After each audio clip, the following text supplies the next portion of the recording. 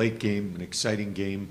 When you get back here for both of you, is it like, does it take a long time to wind down? Do you think about much, or are you so tired that it's kind of off to bed soon after you have something to eat? Yeah, I mean, probably a little bit of both. It depends on the game. But yeah, you just try to go back, eat, and then do your nighttime routine after a game. So everybody's a little different, but try to get down as quick as possible. Yeah, I thought for me it wasn't too bad. Obviously, it was a long game and something we're not really used to. I haven't been in that position a lot, and just you talk about the highs and lows of the playoffs, and it was kind of one of those things. Everyone, you're pretty pumped with the win and how things turned out for Game 1. So I think a little more than normal, and it took a little longer to wind down. Yeah. We'll go front left, Derek. Brett, it seems like bad breaks or mistakes or bad bounces don't seem to affect the team as much as maybe they had in the past. I guess what is the key to put those behind you guys? Because there's been a few bad bounces and bad breaks and mistakes, and be able to kind of focus forward. I guess what's been the key to that? Yeah, I think it's something you gotta be prepared for, and you gotta know how to work through it. And I think we've been through a lot in the regular season, which has helped lead us to this time, and it helps when you got a good group too. Everyone supports everybody, and if guys are not on their game that night, there's many other guys who know how to step up and pull it together for the team. So I think it's been a mix of those things. Second row on the right, Ryan. Brett, what would you say that Mark Stewart kind of brought to the table when he was handed the penalty kill to kind of be the guy to start managing that? Maybe just your thoughts on how he's handled it and what you've seen? Yeah, I think he's done a good job. He touches on the fundamentals and small details pretty much daily, which is good reminders for guys. And the guys who are part of the penalty kill out there all the time, they've kind of, a big part of their identity has been established in that now, and they feel very proud to go on the ice and get the job done in the PK. Where, maybe sometimes in the past get different guys out there all the time. You can't get that same chemistry with your line mate, and you go out there and then it kind of spirals a little bit. But I think right now everyone goes out there, they're confident, and they're working hard. So it's been great. The PK has been awesome for us. Josh. Yeah, Zach, good to see you. Just you signed here, you were joining an offensive juggernaut, but what stood out to you about the development of the core and the willingness to do the less glamorous things like blocking shots and just being tough defensively from the time you've got here? I mean, I'm thinking of Connor blocking shots in Game 7. Like, what stood out to you about the core's willingness to do the little things? I think just a desire to win and learning what it takes to win. I think, the 3 years I've been here, we've progressed. I think we've gotten better every year. We made the Western Conference Finals the first year, and then last year Las Vegas second round, and this year obviously we're here now. I think every year you learn what it takes and what you're not doing, as well probably, right? And I think offensively we've always been pretty good, but I think defensively as a group everybody's kind of taking that next step, kind of that whatever it takes mentality. We'll go back left. Hey guys, with the type of game that last night was, what did you notice the most about the composure of the group as you kind of reflect on that? It can be for either of you. Yeah, I thought as the night went on, we had the start we wanted, and then Dallas kind of had their push. They had their time in the ozone, and I thought a big important part for us was Stu and how well he played. And anytime you have a goalie and you're really confident in him that he's making those initial stops, it kind of spreads through the whole group and makes everyone feel comfortable. But I did think we didn't deviate from the plan at all, and no one tried to take things in their own hands and go on their own page. And I think that's what we've been doing lately, and it helped last night. Elliot? For both of you, we are all used to, on a regular basis, seeing Connor McDavid do incredible things. When he has a period like that first overtime last night where nothing goes his way, what's he like in the room, and does anybody say anything to him? He's the same. I mean, he's pretty even keel. I think we just keep going. Like, that's the message to the whole group. I think is just we were playing really well, I thought, throughout the whole game, and just keep going. You'll make it in the next one. And obviously, first shift, he didn't waste any time in the second OT, so it was great. Yeah, I think you just see it when things don't go his way or whatever. Like Zach said, he doesn't change his plan, doesn't change his approach. He brings it every day, and I think that's just what he's going to get opportunities over and over. It's not like if he misses one, it's like, oh, that was my only one I'm getting tonight. Too bad. Like they're going to keep coming for him. So it was good to see him win it for us in the second OT. Front right here. Brett, you play on a team with a lot of superstars, but the guy sitting beside you has 66 goals this year and kind of seems to take a back seat to some of the other guys. Can you describe him and how he fits in on this team of very talented players? Yeah, I think obviously he complements Connor really well. They have great chemistry, and it's you saw in Zach's goal last night. Like it's just strength and will to want to put the puck in the net, and he makes it look easy at times, even if people kind of comment on his tapping goals or whatever. It's not easy to get the puck there and get it in the back of the net. You gotta know what you're doing, and you gotta want to put it in. So I think it's just that mentality that's made him so successful. And I'll just follow up with Zach. I mean, you came from a team that kind of similar, a lot of star players. Was this the kind of the perfect scenario for you to come in, be a guy that can kind of fit in with those guys here in Edmonton? Yeah, it's one of the reasons I chose to come here, was to play with the core that was here and be a part of the group. I just thought that I would fit in pretty well, and wanted to play with the best players in the world and have an opportunity to win. I think that's the key. Is when I was a free agent, I just wanted to go to the place that would have the best chance to win, and I thought it would be Edmonton. So obviously very happy with the decision. Jackie? Zach, I don't want to put you on the spot, but last night when I interviewed you, you said that you guys were kind of messing with Connor and giving him a hard time about not ending the game sooner. I just want context. Was that between periods or after it was done? No, not between periods. Definitely okay. after. Yeah. And what was the vibe in the room between periods and then after the game? I mean, between periods we were pretty calm. Like I think we thought we played really well. I think we thought we had opportunities to win the game.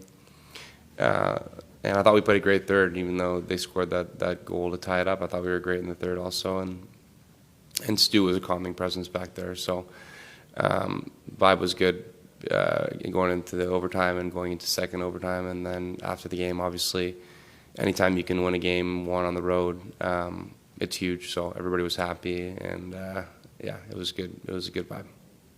Anybody else? One more. Zach, I just want to ask you, looking forward, looking ahead, you got the first win. Everyone says they want to split, but when you win the first, you want to win the second. But what I want to know is, defensively, how are Dallas a little different than Vancouver was? Vancouver looked like they had bigger, tougher defense to get to the net. Dallas seems a bit more skilled. Just your thought on the difference. Yeah, just one game, so tough to fully give you an in-depth comment, but Dallas's D moved really well. They're quick. I mean, you have two elite puck movers that play together, obviously on that first pair. And then Tanny and Lindell are pretty good shutdown pairing as well. So I think that they rim the puck out a lot off the glass, and they send a forward. You saw a couple times there was a forward that's kind of cheating behind our D. So they try to play that quick up fast game and blow the zone pretty quickly. So that's a difference from Vancouver, who probably were more five tight the whole time. Mistakes, you're going to get bad bounces, you're going to get bad breaks. Sometimes they come at very inopportune times, but this team seems to have an ability to get past that. It doesn't really, bother them. What is it about the makeup of this team that's able to get past a bad giveaway or a bad bounce or bad things like that? I think there's a strong belief in no matter what happens, we can overcome it. And that belief happens to be the fact that we've got a good team, a lot of good players that can make a play. And another one is just this team's been through a lot. From this season, being, dead last in the standings. And their playoff experience also, just, they've gone through it, they've had the experience, and, between, having a good hockey team and the past performances, I think that's, no matter what happens, we're ready to move on and ready for the next play. Go to Ryan. Just two quick. Adam Henrique, do you expect him to be available for game 2? And if he's available, does he go in right away? Yeah, we have a decision to make. He's very close, and more time off is only going to make him 100%. And right now, he's probably 98%, or he could come in the lineup. Now we have to make a decision on what's best for our team. And he hasn't played for a while, but a player like Adam would be a huge boost to our team. And that's something we have to decide. What role did back-checking by your group play in kind of thwarting Dallas off the rush last night? We talked about how good Dallas is off the rush, and part of that reason why they're so good off the rush is because they break out that puck very efficiently, very quickly, and they've got the defensemen to make those plays, and the forwards, they've got that skill and speed to be dangerous. And if we were going to have any success on them, we had to limit the amount of opportunities they had off the rush, and to do that, we just have to make sure that we're not getting beat up the ice, and we've got our guys doing the right jobs. Last night, they did have some looks and they did have some opportunities, but I thought for the most part we were pretty disciplined on our systematic play on our forecheck. There's going to be breakdowns. They're going to have opportunities. They had a glorious one start of the first period where they got behind us, but overall I thought our team did a pretty good job. Josh? Chris, it's fun to score goals. It's less fun to back check. It's less fun to block shots and chase guys around the defensive zone. When you have a talented core like you have, buying into that, what does it do for the rest of the group? And like Connor's blocking shots or doing the little things that don't show up on the scoreboard or the highlight reel? Well, personal accolades are great. They feel great, are good when you score goals, and but I think this group, it's about much bigger than just an individual scoring a goal. It's about having success in the playoffs and being able to play as long as possible. And to do that, it takes a good team effort to play defensive hockey. And there's no team that's had success in the playoffs that hasn't been able to commit to playing good defensive hockey. And we've talked about all season, if we want to be successful, we have to be a good defensive team. And I think we have been. There's breakdowns, there's things that maybe we can always get better at. But overall, I think our team's pretty bought in to play a good defensive game. Chris, Vincent Desharnais has the most ice time on the PK in these playoffs. What makes him such an important piece on that unit, and maybe at the end of a game when you're leading by 1? Vinny's been a huge part of our team. Usually he's been, penciled in as our third pair right-handed defenseman, but that's been up and down the lineup. We usually, Eki and Bush usually get the most ice time. Other than that, it's been pretty mixed up. As for the penalty kill, I think what sets him apart is, one, commitment to blocking shots and the skill to get into that lane. Another factor is how much area he covers. With his long reach, he's able to get a stick on pucks and break plays up. And then just having an awareness of what's going on around him and knowing who's dangerous. And he's been really good at that, not just necessarily in the playoffs, but throughout the regular season, that we've relied on him heavily in that role. Chris, you've got a team obviously full of superstar players, and there's a guy in Zach Hyman who has 66 goals this year, but will always take a back seat to Connor and Leon. How do you describe how he fits in on this team, and maybe the skill level that did you know about before you really came here? I knew Zach was always a good hockey player and hard worker and honest.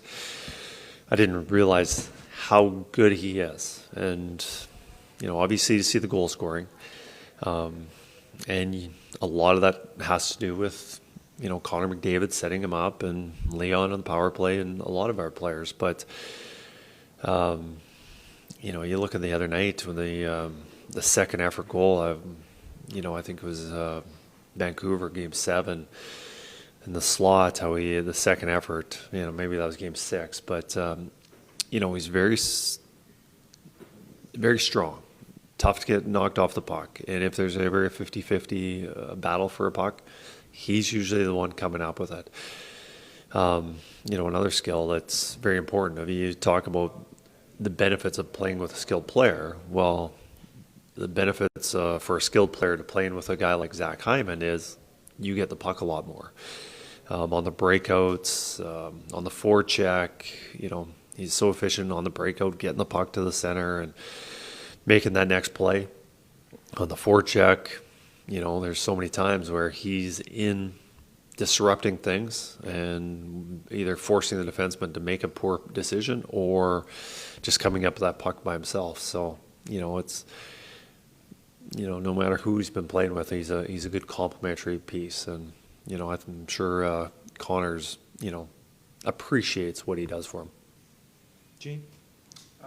Chris, I know last night when Kyle interviewed Stuart Skinner, he said, "I'm going to bed. I'm done. It's been a long night. You listen to different friends and family. Man, I couldn't get to bed." I wonder for you, after a game like that, even having to wait at the end for a quick review, just are you able to shut it off? And when do you turn to Game 2? What's it like post game for you?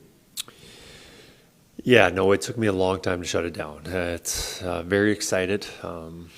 On numerous levels last night. After the first overtime period, I was able to come off the ice, and the emotions are high. But I also ran into my family. I haven't seen my family in a long time. And they flew in. They were supposed to be here before the game started, but there was flight problems, and they were able to come in start of overtime. And after the first overtime period, I actually saw them coming off the ice and got to share a hug with my wife and my son. And then, so that's pretty exciting because I hadn't seen them in a long time. And then, we go out for the second overtime and, we score shortly into it. And then you've got the excitement of winning. And, my night doesn't get better than that. So, you're thinking about the excitement of the game and moving on to the next game. It's tough to wind down and go to sleep. But, there's still a lot of work to do, and we're, looking forward to tomorrow. Anybody else? One more? Chris, back to when Brett made that mistake yesterday and kind of opened the door for Dallas. How do you handle that as a coach? I know some coaches yell and scream, some coaches pat on the back. Where are you in the sense when a player makes a mistake like that and he knows he made a mistake? You don't have to tell him, but how do you handle that? There's not much to handle. He's a professional. He knows a player makes a mistake. They know it. They don't need to be pointed out to him. I think just move on. I don't know. There's not much of a coach to do. Brett's been an outstanding player throughout the regular season. He's really elevated his play through the playoffs.